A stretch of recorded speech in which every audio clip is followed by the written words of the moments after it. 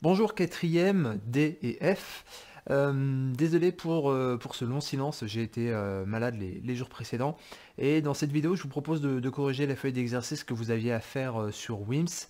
Je précise que c'est une feuille d'exercice et que vous pouvez toujours y retourner pour la faire. Vous avez jusqu'au 15 août 2100 voilà, pour en profiter. Ok, alors on commence avec un calcul mental chronométré. Bon, on va le faire. Il y en a certains qui se sont plaints du chronométrage. Bon, il était quand même assez large. Vous aviez 2 minutes pour faire des calculs qui n'étaient pas forcément durs.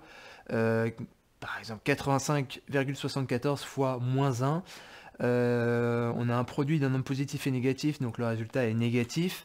On fait le produit des distances à 0 une fois 85,74, et bien ça fait 85,74. Alors je sais pas s'il accepte la virgule ou le point. Ça c'est toujours le problème quand on est en informatique.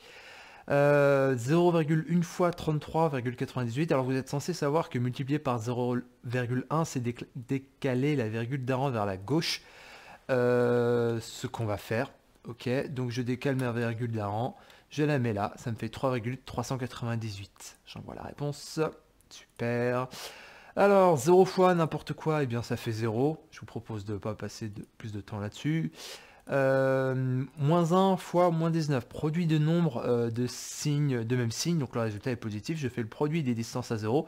Une fois 19, 19. Je continue. Ok. 1 plus 55,74. Donc là, c'est plutôt niveau 6ème. Eh bien, ça nous fait 56,74 et on a terminé la série avec 1 minute d'avance en ayant expliqué comment la faire. Donc, vous voyez, c'était quand même très jouable. Hein. Faut pas non plus. Fallait pas paniquer. Alors, évidemment, vous avez pu avoir d'autres calculs. Hein, ils sont générés de manière aléatoire. Donc voilà. Mais bon, ça, normalement, vous avez dû avoir des calculs similaires. Voilà pour calcul mental. Alors, règle des signes, on devait trouver l'intrus. Alors, c'est simplement la règle, vous savez, vous comptez le nombre de termes négatifs, ça vous donne euh, le signe du produit. Pour être plus précis, vous déterminez la parité du nombre de signes négatifs. La parité, c'est quoi? C'est est-ce que c'est pair ou impair? C'est-à-dire, est-ce qu'il y a un nombre pair de nombres négatifs ou est-ce qu'il y a un nombre impair de nombres négatifs? Allez, c'est parti. En pratique, ça donne quoi? Eh bien, en A, j'ai 1, 2, 3, 4 signes, j'ai 4 nombres négatifs, un nombre pair de signes négatifs, le résultat sera positif. Ici, j'en ai 1, 2, 3, donc le résultat sera négatif. Là, j'en ai 1, 2, donc le résultat sera positif. La A et la C sont positives. La B est négative, donc c'est la B l'intrus. Voilà. A priori, ça va être la même règle à chaque fois. Deux signes négatifs, donc deux termes négatifs, donc le résultat est positif. 1, 2, 3, impair, la B est négative, la C est 1, 2, 3 et la C est négative. Donc négatif, négatif, positif. L'intrus, ici c'était la A, etc., etc. Bon, faisons quand même la dernière. Euh, la A est positive, négative, positive. Donc, c'est la B qui a été l'intrus. Vous voyez cette règle dans votre course, c'est intitulé la règle des signes. Ça permet d'aller extrêmement vite. Je me suis pas amusé à calculer quoi que ce soit. Ça va beaucoup plus vite qu'avec la calculatrice. C'est vraiment très très rapide. Envoyez la réponse. Voilà. Ok. Donc voilà pour cet exercice 1. Alors là, c'est sensiblement la même forme, simplement c'est sous forme de texte. Le signe d'un produit de 5 facteurs non nul comportement exactement 3 facteurs négatifs. Si j'ai 3 facteurs négatifs, j'en ai un nombre impair. Donc le résultat est négatif. Est-ce qu'il peut nous proposer autre chose? Voilà, là c'est un peu plus intéressant. On a 8 facteurs, dont exactement 7 sont positifs. Ce qui veut dire qu'on a un seul facteur négatif, hein, par soustraction, d'accord? Si 7 facteurs sont positifs, alors le huitième est forcément, si c'est exactement 7 facteurs, le huitième est forcément négatif, donc le résultat est négatif. Voilà. Voilà pour cet exercice. Alors, on en est où? On en est à là. Alors, quel est le signe du produit de facteur suivant? Bon, bah voilà, hein, c'est un peu comme avant. Donc là, ce sera positif parce qu'on a deux termes négatifs. 1, 2, 3, 4, 4 termes négatifs. On a un nombre pair de nombres négatifs, donc c'est positif. Vous vous rappelez pourquoi, hein. Si je fais un produit de nombre négatif, bah ça va me donner quelque chose de positif. Le produit de ces deux nombres va être aussi positif, donc je vais avoir un nombre positif, fois un nombre positif, fois un nombre positif, fois un nombre positif. Bref, que des nombres positifs, donc le résultat sera positif. Je fais exprès d'aller un petit peu vite en fait pour vous montrer à quel point on peut vraiment on peut tracer sur ces exercices. Vous allez me dire ouais mais vous prenez pas le temps d'expliquer. Bon, j'explique rapidement, je réexplique ce qu'on a déjà fait assez souvent dans votre cours, hein. Vous pouvez aller retrouver les exercices qui vont avec. Ouvrez à nouveau votre cours, évidemment, si c'est pas clair. Et en dernier ressort, bien entendu, vous pouvez me poser toutes les questions que vous voulez. Mais voilà, c'est juste pour vous montrer à quel point maintenant vous pouvez être extrêmement efficace voilà, pour déterminer simplement le signe. Donc là, c'est évidemment positif parce qu'on a deux termes négatifs. Encore une fois, vous pouvez vous dire, ouais, mais ça ne nous donne pas le résultat, il faut encore faire 32 fois 9, fois 5, fois 85, etc. etc. C'est vrai, mais c'est vrai aussi que assez souvent, on s'intéresse simplement au signe. Imaginez que votre calcul vous donne l'altitude de votre avion, vous n'avez pas franchement envie d'avoir un avion qui a une altitude négative, hein, vous savez ce que ça veut dire, donc vous allez en premier ressort vous intéresser au signe. S'il est positif, c'est que votre avion vole, donc vous vous en fichez. Si le signe est négatif, c'est qu'il y a un problème, et là vous allez voir pourquoi votre avion s'est écrasé, sans pour autant vous intéresser forcément au résultat précis de ce calcul. Voilà, donc ça c'était positif. Voilà. On vous demande ensuite de faire quelques petits calculs. Alors par exemple ici, je rappelle que lorsque vous avez une multiplication, il n'y a aucune opération qui est prioritaire, hein. Si vous faites 2 fois 3 fois 4, vous pouvez aussi 2 fois 3 fois 4, c'est égal à 3 fois 4 fois 2, c'est égal à 2 fois 4 fois 3, vous faites ce que vous voulez. Là en l'occurrence, si vous faites 7 fois 3, vous avez 21 et vous devez faire 21 fois 3. Alors que si vous faites d'abord 3 fois 3, vous avez 9 et 9 fois 7. Là pour le coup c'est dans vos tables, c'est plus facile que 21 fois 3. Le signe, comment on gère le signe? Bien là, bon ça j'ai même plus besoin de le détailler, on sait que ça va être négatif. Et on va avoir 7 fois 9, 7 fois 9, 63. Vous pouvez faire 7 fois 10, moins 7 par exemple. Pareil ici, ça va être à nouveau négatif. Alors, par contre, qu'est-ce qui va nous arranger? Eh bien, 7 fois 8, 56. Est-ce que vous avez envie de faire 56 fois 6 moyennement? Mais je pense que vous préférez faire 56 fois 6 que 48 fois 7.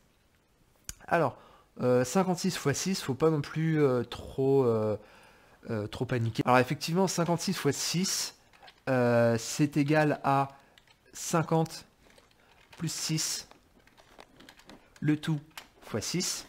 D'accord, alors, je suis désolé, je mets un X, c'est un symbole multiplié évidemment. Ça va être égal à 50 fois 6 plus 6 fois 6. Et du coup, arriver à là, en fait, c'est pas trop compliqué parce que ça vous fait 50 fois 6, 300, plus 36. Pourquoi? Alors 50 fois 6, éventuellement, vous pouvez faire 5 fois 6, 30, fois 10, 300. Et 6 fois 6, 36. En réalité, là, vous êtes en train de poser de tête la multiplication que vous auriez posée. Alors là, ça va pas être évident à écrire comme ça, mais hop, fois 6, on est bien d'accord que ça vous aurait donné 6 fois 6, 36, vous posez un 6, vous retenez un 3, vous auriez fait après 6 fois 5, 30, plus 3, 33.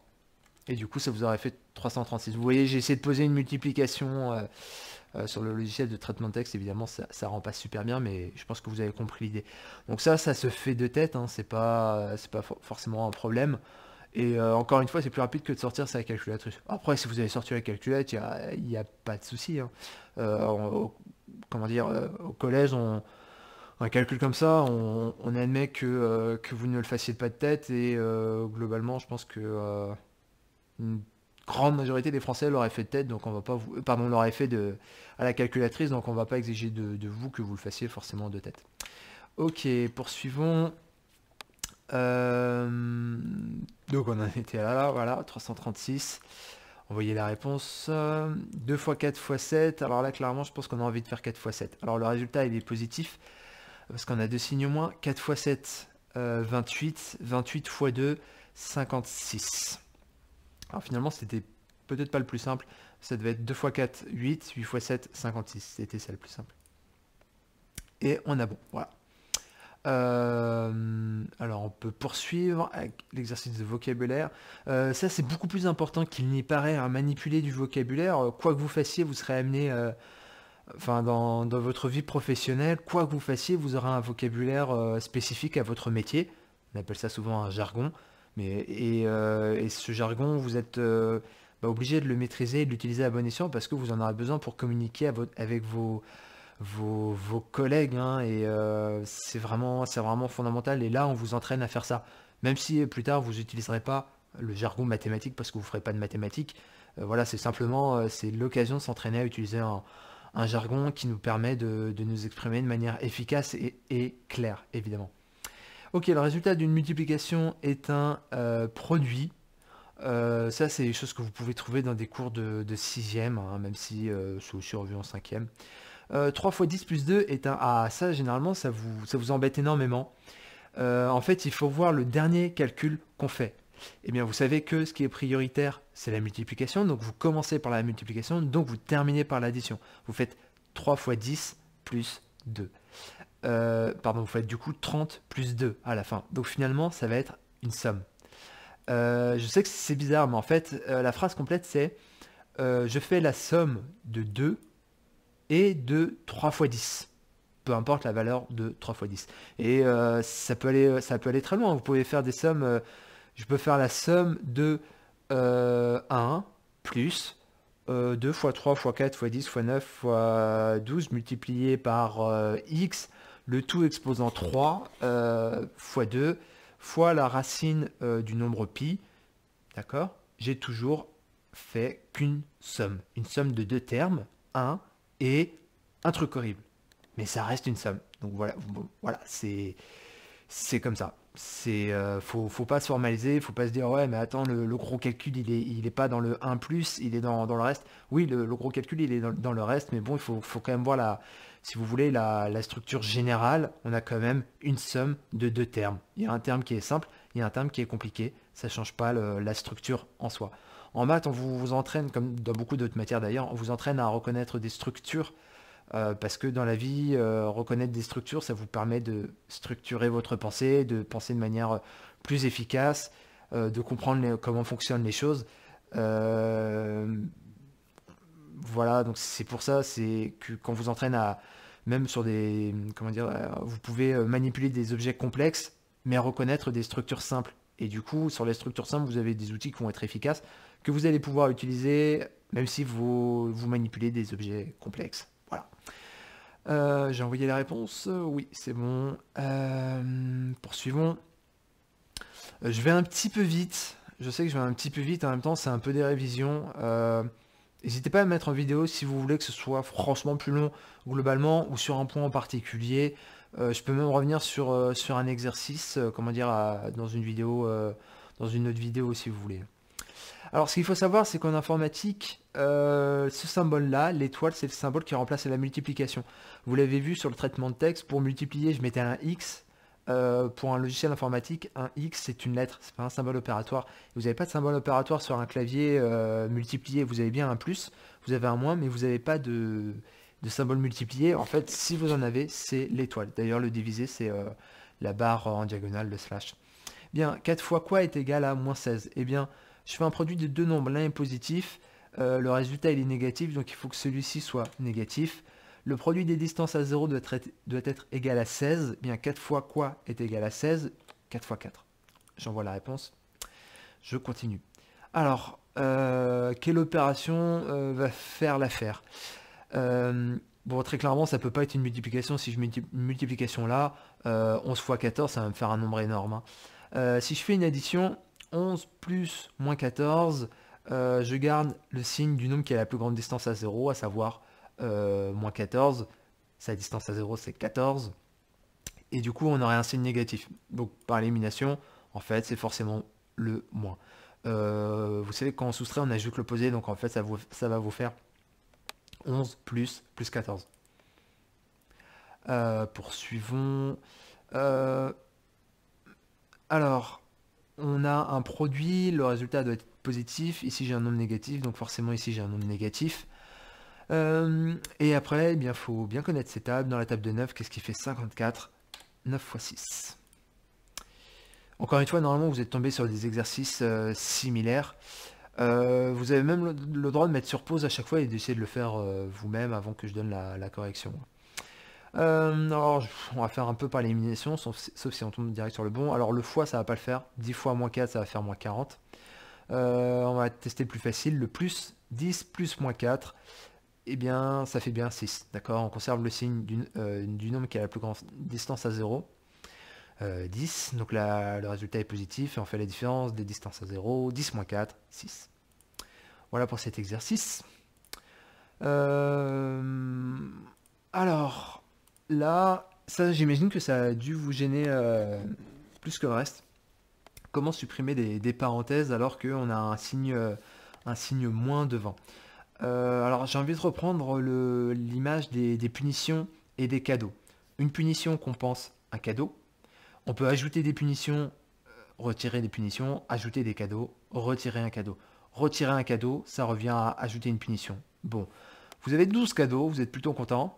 Et je retire... Alors, attention, je retire quoi? Je retire... Là, c'est positif, donc c'est du cadeau. Je retire 11 cadeaux plus 8 cadeaux. Ça veut dire quoi? Ça veut dire que vous avez 12 cadeaux. Je retire 11, puis j'en retire 8. On est d'accord? Donc, ça vous fait 12 moins 11 moins 8. Si vous aviez écrit ici 11 plus 8, ça veut dire que vous auriez retiré 11 cadeaux et après vous en auriez ajouté 8. Alors que là, dans ce qu'on retire, on retire bien l'ensemble de 11 et 8 cadeaux. Ok? Donc ici, ça fait bien un moins. Et globalement, la règle, lorsque vous voulez retirer un signe moins devant une parenthèse, eh bien, vous prenez l'opposé de chaque terme se trouvant entre parenthèses. Par exemple ici, 9, alors moins entre parenthèses, moins 9 plus 2. Vous aviez 9 cadeaux, on vous retire moins 9, donc c'est négatif, on vous retire 9 punitions. Si je vous retire 9 punitions, c'est comme si je vous faisais 9 cadeaux.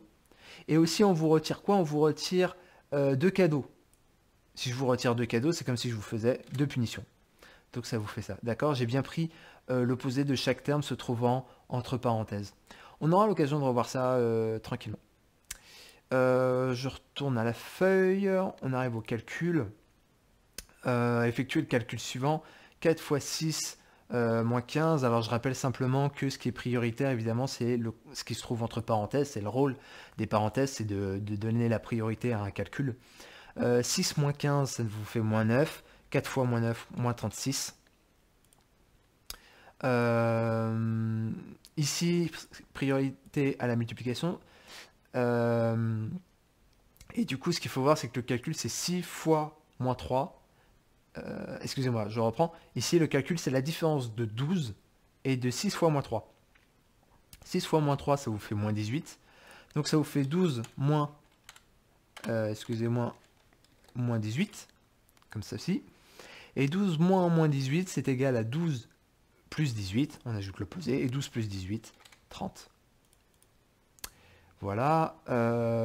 Continuons. Calcul 1, calcul 2. Alors, un peu plus compliqué. Donc là, c'est 15 moins le résultat de 9 fois moins 7, moins 14. Alors, j'ai tout de suite envie de dire que c'est égal aussi à 15 moins 14, moins 9 fois moins 7. D'accord? Comme ça, 9 moins 14, ça fait 1, ça va être simple. Et après, on n'a plus qu'à gérer le reste.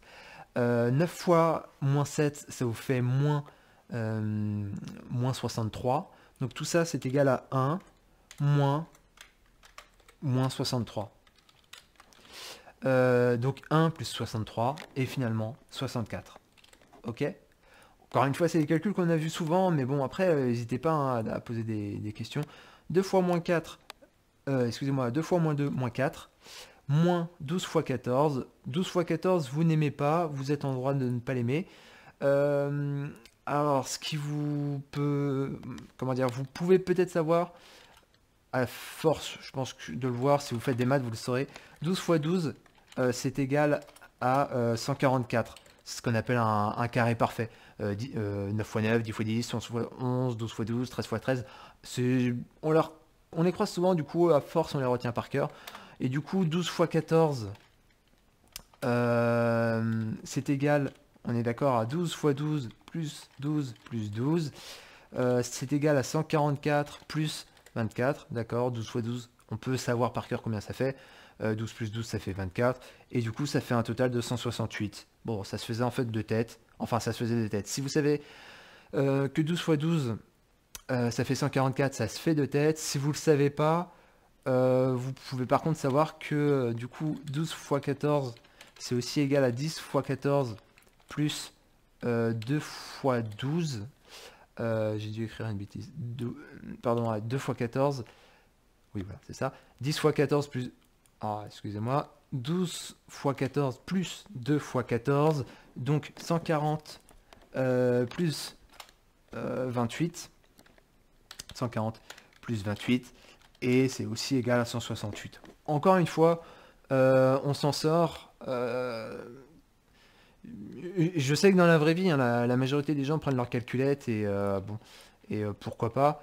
Après, il faut le voir aussi comme une gymnastique de l'esprit, hein. C'est simplement voilà pour que votre cerveau s'encrasse pas trop et que vous lui fassiez manipuler des choses abstraites. C'est juste c'est comme de la musculation. On est d'accord que soulever des poids, ça a aucun intérêt concret. C'est juste pour maintenir un corps en forme physique. Bah, le calcul mental, faut le voir de la même manière. C'est l'occasion d'entraîner votre cerveau, quoi. Ok, donc ça c'est fait. Donc ici, on a moins 4, moins 168, ce qui fait un total de moins 172. Oui, moins 172, a priori. J'ai un peu perdu le calcul de vue, mais normalement c'est ça. Voilà.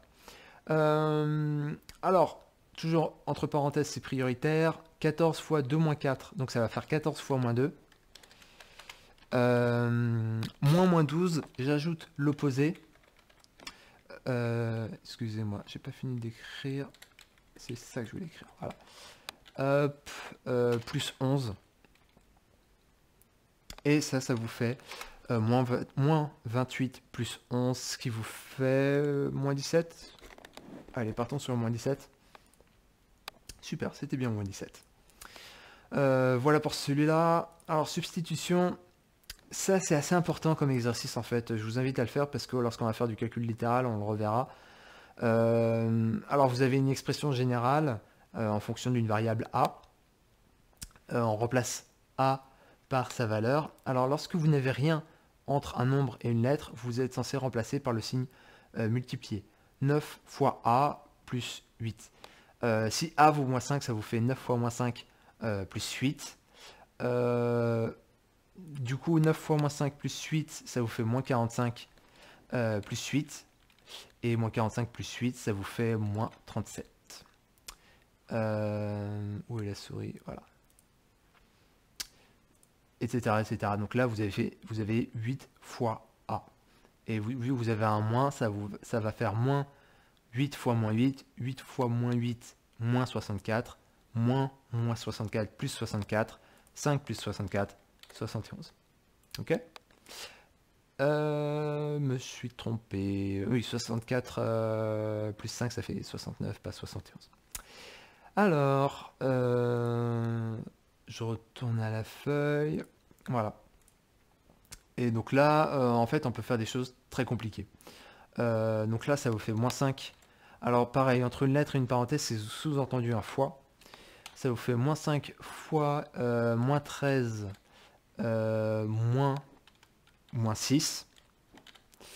On est d'accord que le moins 6 va se transformer en plus 6. Moins 13 plus 6, ça vous fait moins 7. Donc tout ça, ça fait moins 5 fois moins 7, ce qui vous fait 35. D'accord? Vraiment essayer de les faire, ces exercices. Je sais que bon, on a déjà mangé pas mal de calculs, mais bon, malheureusement, il faut être extrêmement à l'aise avec tout ça. Alors, le produit suivant est toujours négatif. Alors, si vous savez pas trop quoi faire, commencez par faire des tests. Remplacez A et B par des nombres. Tiens, on remplace A et B par 1. C'est facile. Alors, moins 1 fois 1 fois 1 fois 1. Bien, ça va être négatif, on a un seul terme négatif. Remplaçons A et B par 1 et moins 1, d'accord? B est négatif. Alors, moins 1 fois moins 1, donc ça, tout ça c'est positif, fois 1 fois moins 1, tout ça c'est négatif, donc ça fait un résultat négatif. Donc là, pour le moment, on a fait deux tests, c'était à chaque fois négatif. Maintenant, en remplaçant, vous pouvez continuer en remplaçant A par moins 1, B par 1, et pour finir, A par moins 1, B par moins 1. Donc dans le pire des cas, vous pouvez faire ça. Ensuite, on peut essayer de réfléchir de manière plus abstraite si on n'a pas envie de faire différents cas pour essayer de comprendre comment ça fonctionne. Donc pour que le produit soit toujours négatif, il faudrait qu'on ait toujours un nombre impair de termes négatifs. Alors pourquoi ça fonctionne en fait? Parce que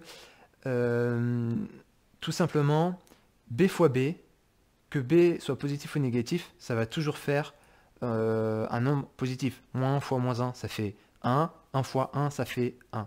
Ok.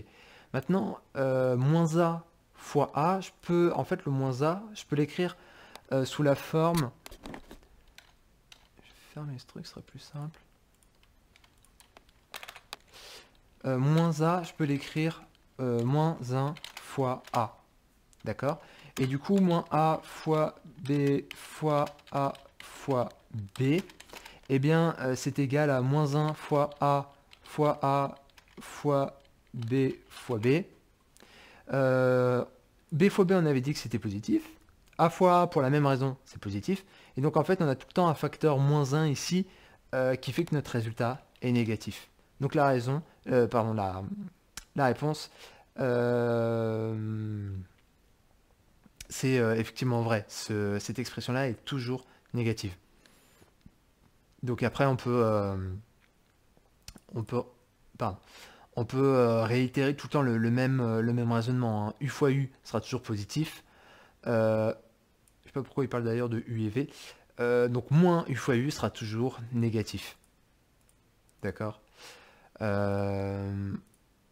Encore une fois, vous voyez à quel point c'est puissant nos règles. On n'a même pas besoin de savoir quelles sont les valeurs qu'on rentre. On sait déjà que ce sera négatif. Poursuivons. Donc c'était celui-là. Alors les tableaux arithmétiques, ça on en avait déjà vu. Vous devez remplir votre tableau de telle sorte que la somme de chaque colonne, pardon, le produit de chaque colonne soit égal à le produit de 7 cases fois 7 cases soit égal à celui-là, le produit de 7 cases fois 7 cases soit égal à celui-là, etc. etc. Ça se fait beaucoup par élimination et notamment en regardant ce qu'on a comme signe. Là, par exemple, on doit avoir en haut un nombre positif parce que je veux que ce nombre fois ce nombre soit... excusez-moi, du coup l'inverse. On doit avoir un nombre négatif parce qu'on veut que ce nombre fois ce nombre soit positif. Et du coup, on ne doit pas avoir 50 solutions. 3 fois 7, ça fait 26. Ouais, ça le fait à peu près. Parce que si je mets 9 fois 7, ça va faire du 50. C'est trop grand. Donc ici, c'est effectivement ça. Où est-ce que je... Donc là, bah, toujours avec le même raisonnement, ici ça va être forcément 6,5 parce que on va un nombre qui soit pas trop grand. Si je mets 3 fois 9, on va avoir plutôt 27. 6 fois 3, ça va être plus proche. Et enfin, ici, pareil, ça colle. 7 fois 9, 63. Donc voilà, en prenant en compte nos parties décimales, on devrait bien arriver à ça. D'accord? Donc en fait, ça se fait par élimination sans forcément trop faire finalement les calculs. Alors après, ça peut devenir évidemment un peu plus compliqué, mais par élimination, ça peut aller assez vite, notamment en regardant les règles des signes. Et enfin, excusez-moi, vous avez la pyramide. C'est un exercice assez classique. Certains, voilà, n'ont pas compris comment ça fonctionnait. Bon, soyez un peu joueur aussi, hein, comment dire.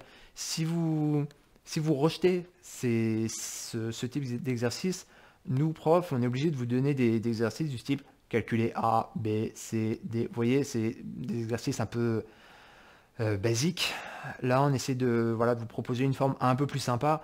Prenez le temps de rentrer dans le truc. Vous vous dites pas tout de suite, oh non, c'est un truc qui est pas classique, je le fais pas. Bah oui, mais les trucs classiques, assez souvent, vous voulez pas non plus les faire. Donc forcément, du coup, on n'a plus trop de possibilités. Bon. Alors c'est assez simple. Il faut que, voilà, je prends cette case-là, il faut que ce soit la somme de celle-ci et de celle-ci. Alors après, là, c'est un peu plus compliqué que d'habitude parce que vous avez des nombres négatifs et vous n'allez pas, si je vous dis que cette case est la somme de celle-ci plus celle-ci, vous vous attendez à ce que cette case ait une valeur plus élevée que les deux précédentes. Si je fais 1 ici, 2 ici, ici c'est 3, c'est plus grand, voilà. Ça va pas être forcément le cas parce qu'en fait, on a des nombres négatifs. Donc en fait, il faut que vous regardiez ici quel nombre peut être la somme des deux autres. Alors on peut quand même comment dire, réfléchir un petit peu et partir par exemple du nombre le plus grand. Le nombre le plus grand c'est 5,8. Comment je peux obtenir le nombre le plus grand? Oups, alors c'est pas ce que je voulais faire. Comment je peux obtenir le nombre le plus grand en faisant la somme de deux nombres? Ou inversement, comment je peux faire le plus petit? Le plus petit, il va falloir a priori que je fasse... on peut se demander si pour obtenir moins 11, je vais pas faire moins 7, moins quelque chose. Alors là, a priori non, parce que moins 7,6, moins 1,8, on tombe pas sur moins 11,3. Donc ça va pas être ça, ça va être autre chose. Par contre, euh, voilà, ouais, on tombe assez vite. On voit que 2,1 et 3,7, ça fait 5,8. Alors quelque part dans notre pyramide, on sait qu'on va avoir ça. Alors probablement pas à cette place précise, hein, mais ça c'est pas grave. Je pense qu'on peut peut-être plus partir là-dessus. J'ai envie de voir, après vous pouvez même placer au hasard vu qu'on n'a pas 50 possibilités. 5,8 moins 11,3. Est-ce que ça va nous donner quelque chose? A priori non, parce que sans faire tout le calcul, 0,8 moins 0,3 ça va faire 0,5. On n'a pas de 0,5 ici. Donc ces deux-là, ils vont forcément pas ensemble. Alors on peut tenter celui-là, mais par le même raisonnement, 8 plus moins 0,8 moins 0,6, ça va être égal à 0,2, ça va pas le faire. Il me reste le 1,8, ça va tomber pile, donc ça va pas le faire non plus. Alors il va falloir trouver autre chose. En fait, ce qui se passe, c'est que la somme évidemment de deux nombres positifs, ça va être beaucoup plus simple à calculer pour nous que la somme de deux nombres négatifs ou la somme d'un nombre négatif et d'un nombre positif. Donc une fois qu'on a placé ces trois-là, la question c'est qu'est-ce qu'on va pouvoir faire des autres. Alors déjà ce qu'on voit c'est que si on fait la somme de deux nombres négatifs et notamment de moins 11,3 et un autre, on va tomber sur quelque chose de plus petit que moins 11,3. Et ça c'est pas possible parce que moins 11,3 c'est le plus petit. Donc forcément celui-là, il faut l'associer à un nombre positif. Alors la question après c'est lequel? Est-ce que c'est avec 3,7, 2,1, 5,8? Pour ça il faut faire différents tests. Et en fait, ce qui marche, c'est moins 11,3 plus 3,7. Ça va nous faire moins 7,6. Et ça fonctionne bien parce que moins 7,6 plus 5,8 est égal à moins 1,8. Donc là, il fallait à la fois être bon en calcul et déduire certaines stratégies pour avoir le moins de calculs à faire possible. Sinon, vous en faisiez un maximum. Et a priori, voilà, ça passe. Voilà pour cette feuille d'exercice. Donc il y avait pas mal de boulot évidemment, mais voilà, ça vous permettait de travailler pas mal de choses en autonomie. Encore une fois, si vous avez des questions, vous les posez en commentaire, j'y répondrai. Dans la prochaine vidéo, je ferai des vidéos différentes pour les 4D et les 4F, vu qu'on ne travaille pas sur la même chose. On reprendra a priori la suite du cours, de vos cours respectifs. A priori, vous n'avez pas de devoir pour la prochaine fois. J'espère vous mettre la vidéo en ligne en fin de semaine. À bientôt!